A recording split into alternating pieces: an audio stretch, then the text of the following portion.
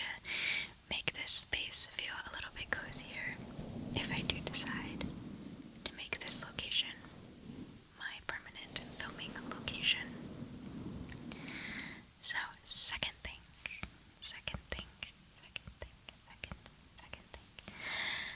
Today's video is very, very exciting because one of you all actually reached out to me, and I am so, so honored, and asked me to read out some of their stories. So, the person I'm talking about, let me just jump right into it.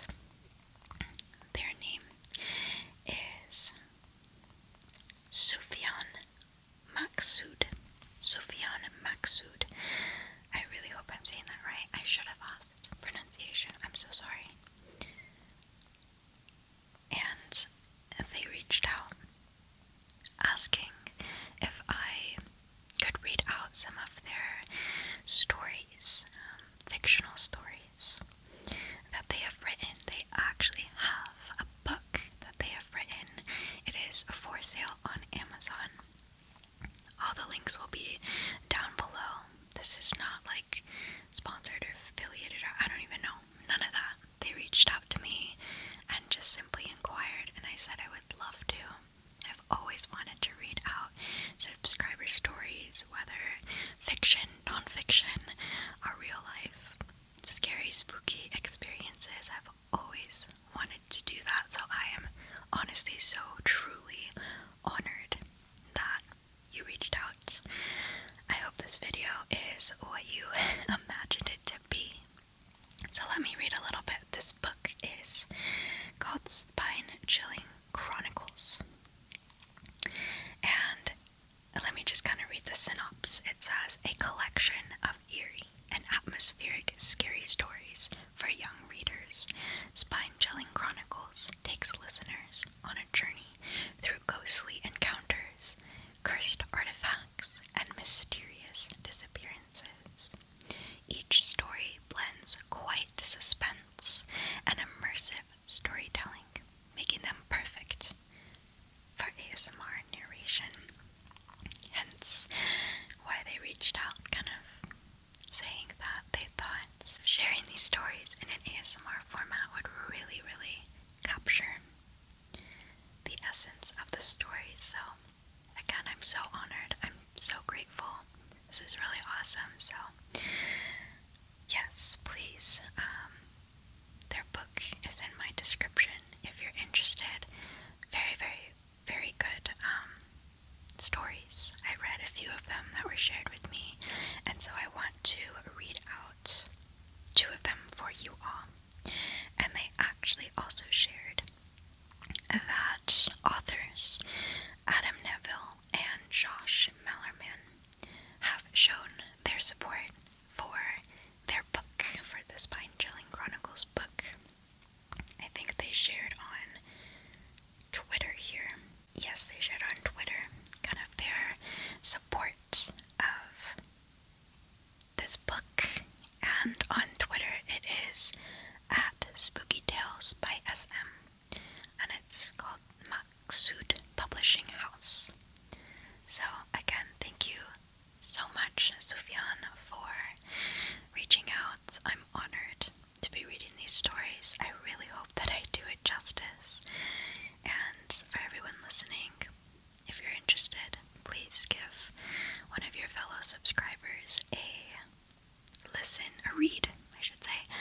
Support, perhaps if you're able to, purchasing their book as well. So let's get into these stories. I have them here on my phone, that's what I'm looking at. And I'm going to read 2. So, the first one is called The Mysterious Mirror. So let's get right into it and get to ASMRing. Okay, so like I said, The Mysterious Mirror.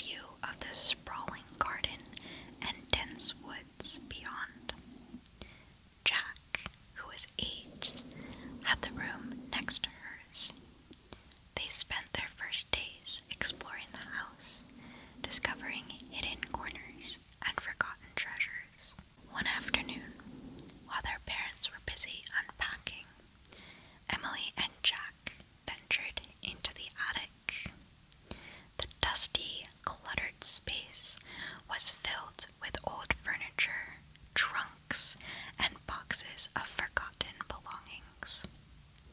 As they explored, they came across an old, ornate mirror propped against the wall.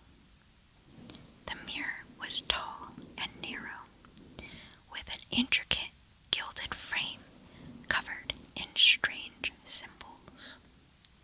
Emily was immediately drawn to it. "Look at this, Jack," she said, wiping away the dust. "It's beautiful." Jack, always curious, peered into the mirror. "It's like something out of a fairy tale," he said. "Do you think it's magic?" Emily laughed, but she couldn't shake the feeling that Jack might be right. There was something about the mirror that seemed otherworldly. That night, Emily couldn't stop thinking about the mirror. She decided to return to the attic and take another look. Armed with a flashlight, she climbed the narrow stairs and approached the mirror. As she stood before it, the surface began to ripple, like water disturbed by a pebble. Emily watched in fascination as the image in the mirror changed. At first, she saw only her reflection, but then the room behind her seemed to shift, and the shadows grew darker. A chill ran down her spine as she saw a flicker of movement in the corner of the mirror. "Hello," Emily called out, but there was no response. She reached out to touch the mirror, and the surface rippled again. Startled, she pulled her hand back, but her curiosity was piqued. She knew she had to find out more about the mysterious mirror. The next day, she told Jack about her experience. "I think the mirror is showing me something," she said. "Something from another world." Jack's eyes widened with excitement. "We have to figure out what it is," he said. "Let's go back to the attic tonight." That evening, Emily and Jack returned to the attic. As they stood before the mirror, the surface rippled, and a new image appeared.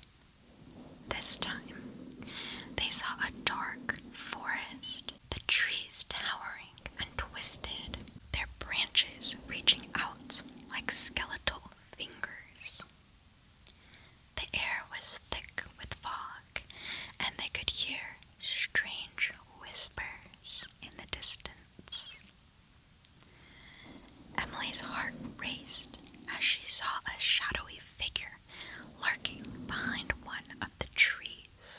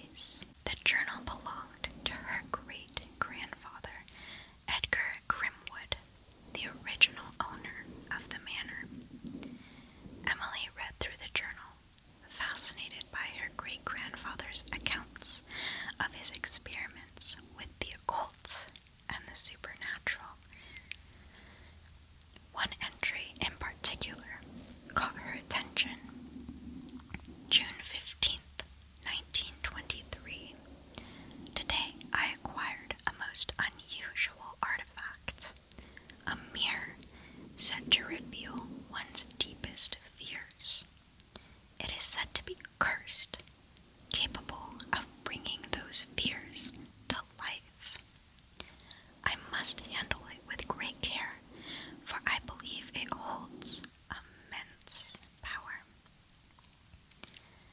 Emily's heart raced as she realized that the mirror in the attic was the same one described in the journal.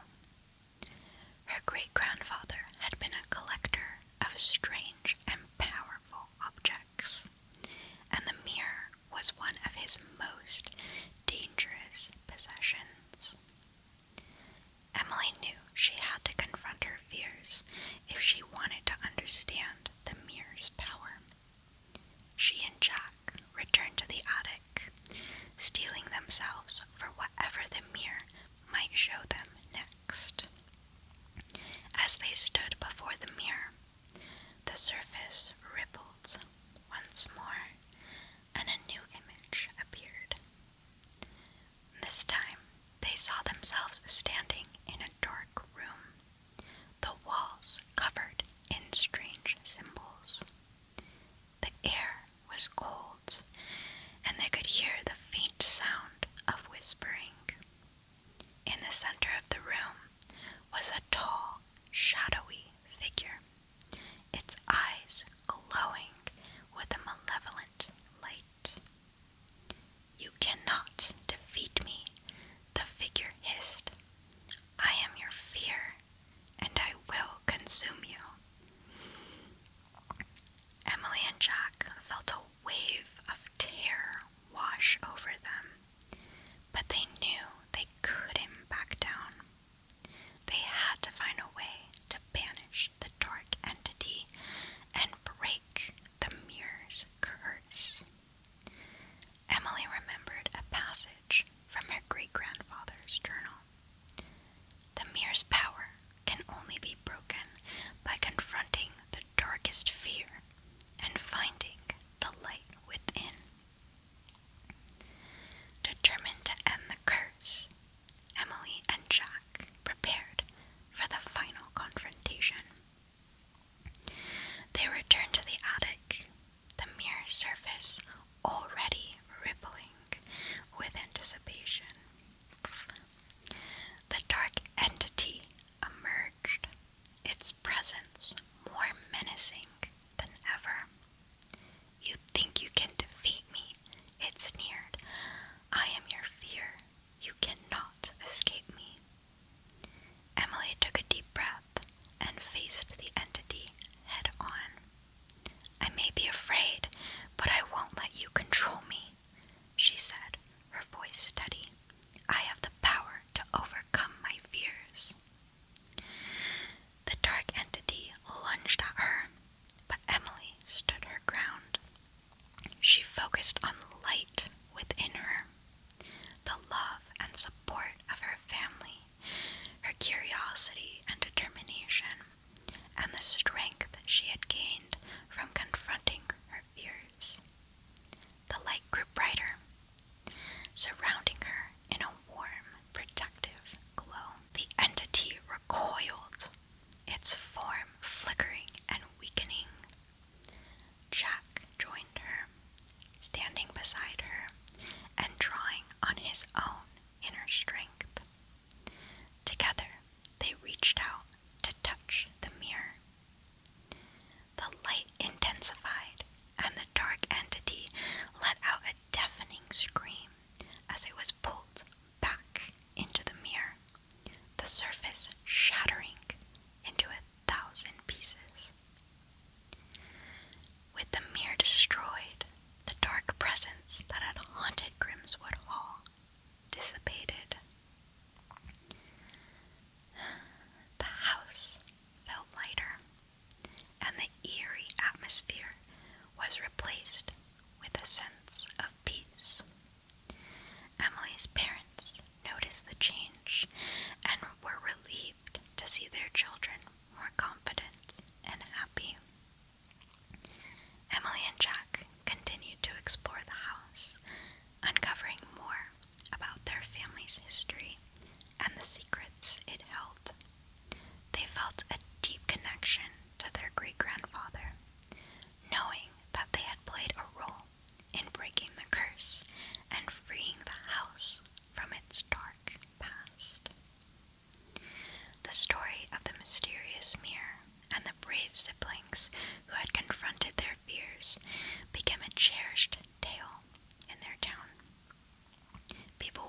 fascinated by the story and came to visit Grimswood Hall, eager to hear about Emily and Jack's adventure and see the place where it all happened.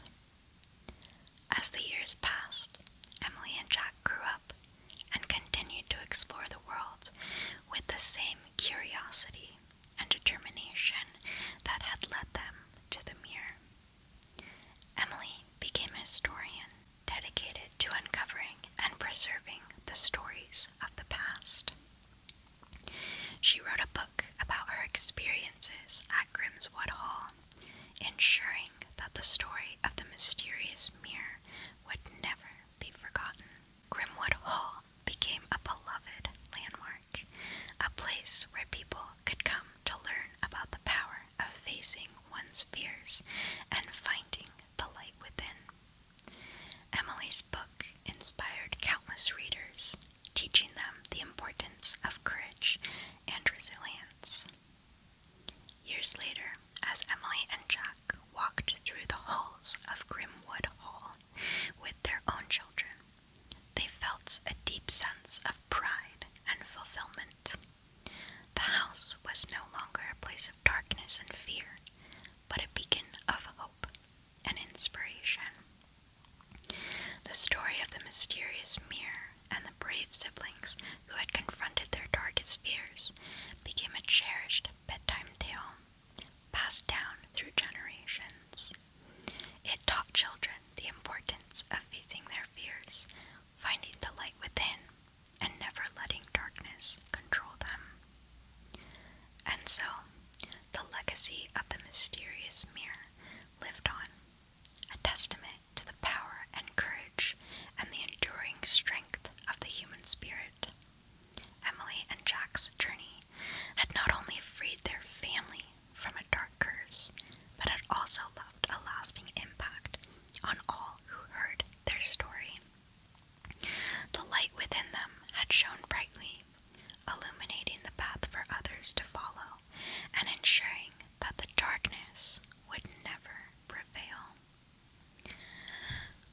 Nice. Bravo. Very well written. I think I was saying Grimswood Hall plural. It's Grimwood Hall. I think I got it at the end. My apologies. Very cool. That was a really good one. I think that one was my favorite out of the ones that were sent to me, so I wanted to share that one with you all first.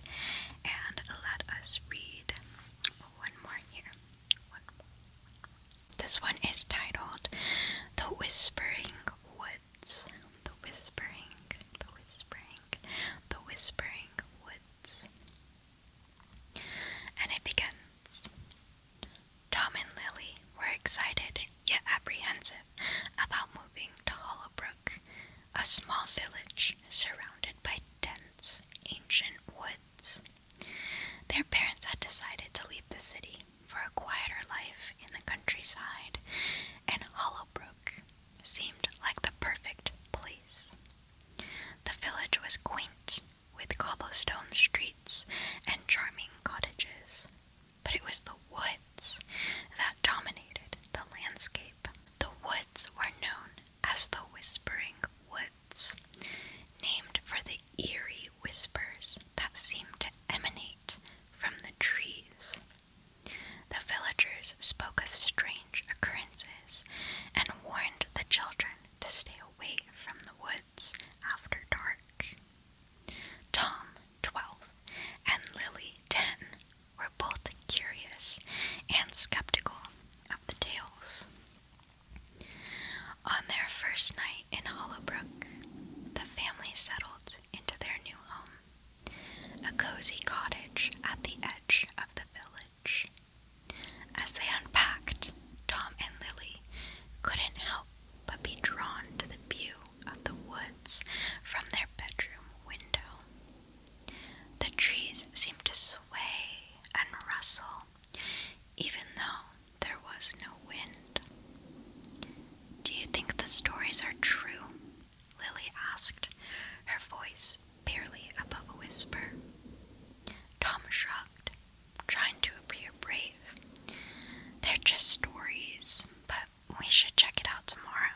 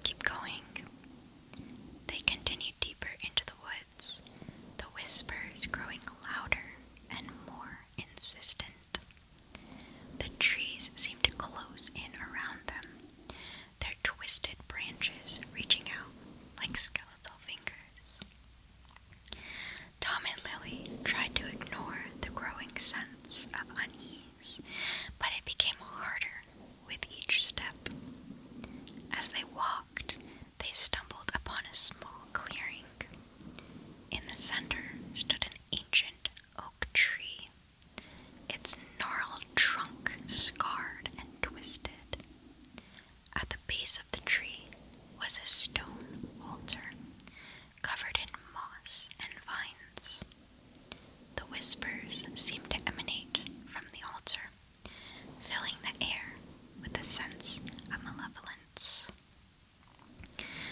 Tom and Lily approached the altar cautiously.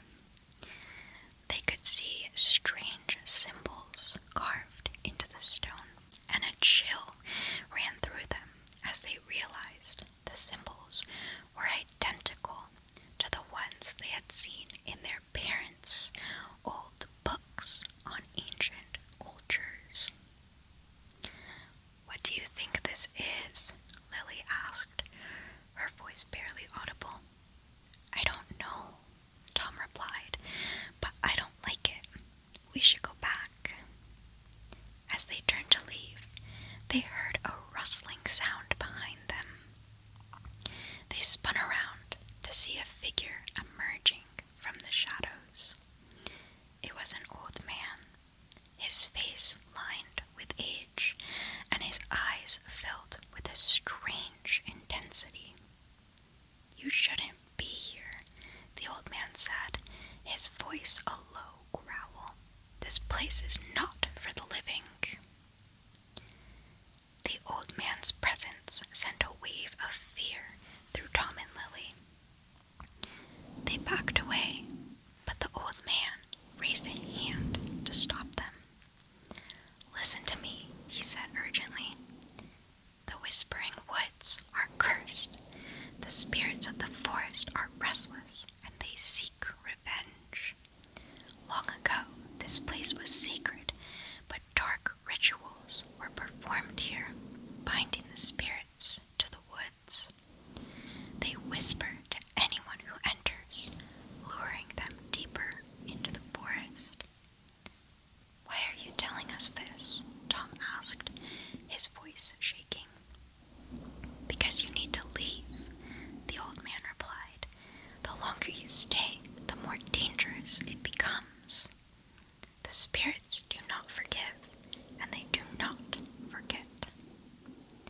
With that, the old man turned and disappeared into the shadows, leaving Tom and Lily alone in the clearing. They wasted no time in making their way back to the village, their minds racing with questions and fear. Back in the safety of their home, Tom and Lily told their parents about their encounter in the woods.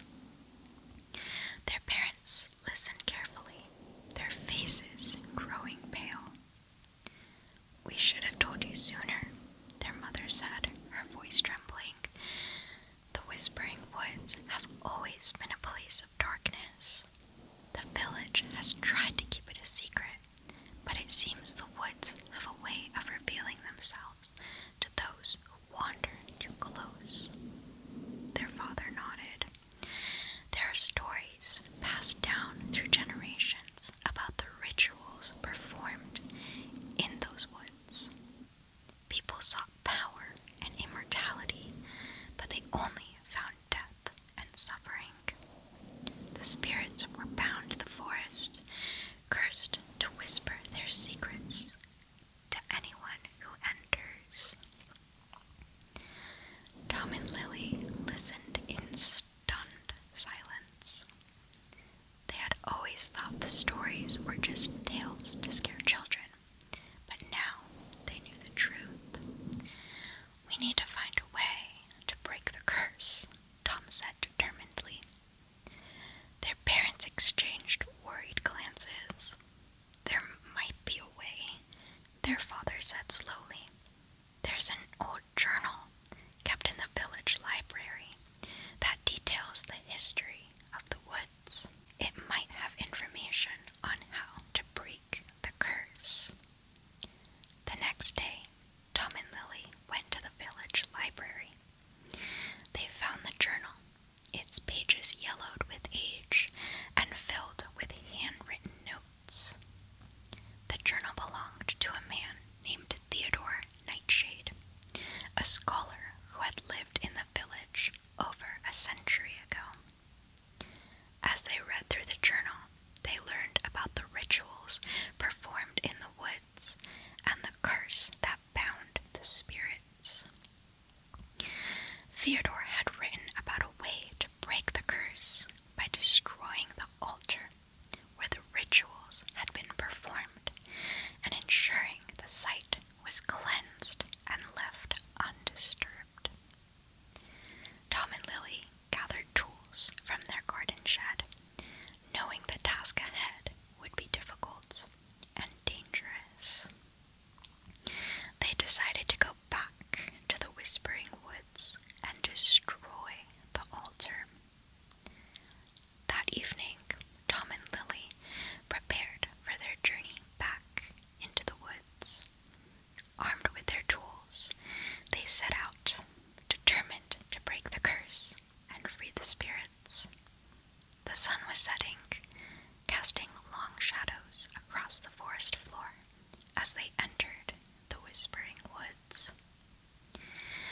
The whispers started almost immediately, growing louder as they approached the clearing. The trees seemed to close in around them, and the air grew colder. But Tom and Lily pressed on, their resolve unshaken. When they reached the altar, they took a moment to steady themselves. Tom raised a sledgehammer and brought it down on the stone altar. The impact echoed through the woods, and the whispers rose to a fever pitch. Lily joined in, using a crowbar to pry apart the stones and break them into pieces. As they worked, the shadows around the altar began to writhe and twist, and the temperature dropped even further. Tom and Lily could feel the malevolent energy fighting back, but they continued, their determination stronger than their fear. The stone altar began to crumble under their efforts, and the malevolent energy around them intensified. The shadows took on the forms of anguished spirits, their faces twisted in pain and rage. They reached out towards Tom and Lily, their whispers now desperate cries for release. With one final powerful strike, Tom shattered the largest stone, causing the altar to collapse completely. The ground trembled, and the air was filled with a blinding light. The spirits screamed as they were released from their bondage, their forms dissolving into the light. The trembling stopped, and the air grew still. The whispers faded away, replaced by a peaceful silence. Tom and Lily watched as the last remnants of the altar disappeared, leaving only the natural forest floor behind.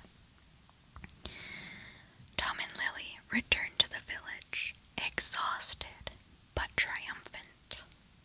They told their parents and the villagers what had happened, and the news spread quickly. The village was filled with relief and gratitude. The old man who had warned them in the woods approached Tom and Lily. "You have done what no one else could," he said, his voice filled with emotion. "You have freed the spirits and lifted the curse. The Whispering Woods will no longer be a place of darkness." The villagers held a celebration in honor of Tom and Lily's bravery. They were hailed as heroes, and the story of their adventure became a cherished part of the village's history. With the curse lifted, the Whispering Woods transformed. The trees no longer loomed ominously, and the air was filled with the sounds of birds and rustling leaves. The villagers began to explore the woods, discovering its beauty and wonder without fear. Tom and Lily continued to explore the woods, but now they did so with a sense of peace and curiosity. They felt a deep connection to the forest and the spirits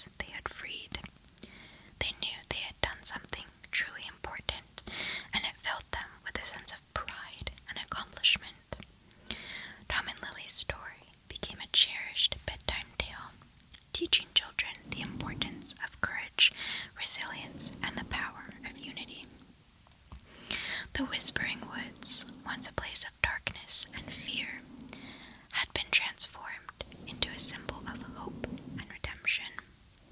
The villagers took pride in their restored forest, ensuring its beauty and peace were preserved for future generations. Every year, on the anniversary of the day the curse was lifted, the village held a festival in honor of Tom and Lily's bravery. The festival included storytelling, where the tale of the Whispering Woods was recounted, reminding everyone of the power of bravery and determination. Tom and Lily grew up and started families of their own. They often took their children to the Whispering Woods, sharing the story of their adventure and the lessons they had learned. The woods, now filled with the laughter of children and the songs of birds, stood as a testament to the power of goodness to overcome darkness. Tom became a historian, dedicating his life to uncovering and preserving the stories of the past. He wrote a book about their experience, ensuring that the tale of the Whispering Woods and the brave siblings who freed the spirits would never be forgotten. Lily pursued her love of nature, becoming a conservationist. She worked to protect and preserve forests, inspired by the transformation of the Whispering Woods.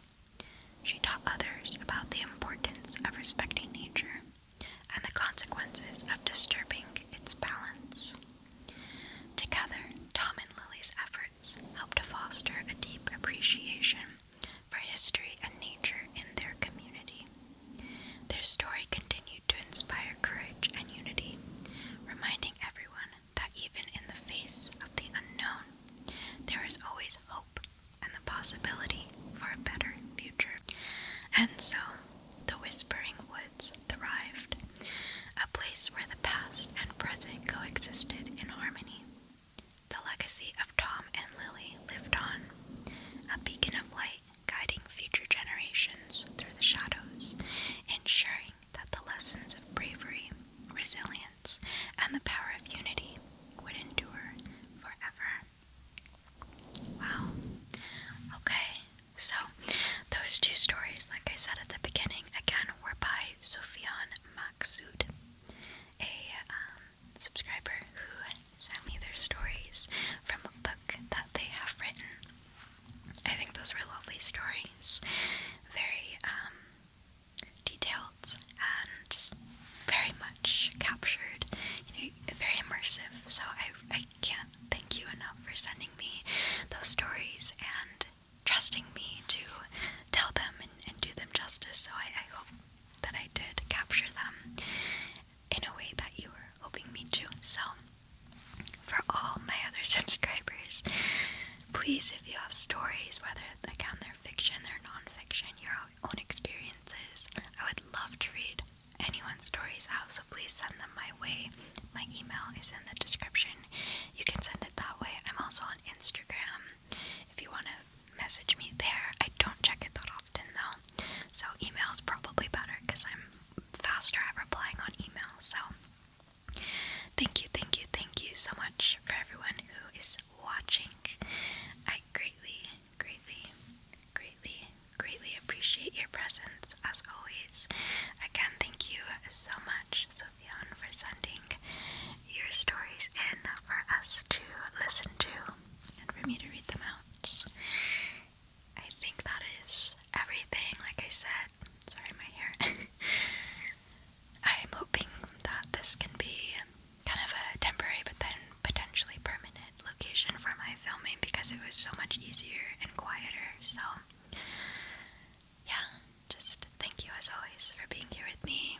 Hoping the audio and visual looks good because this is brand new location, so it's ever changing.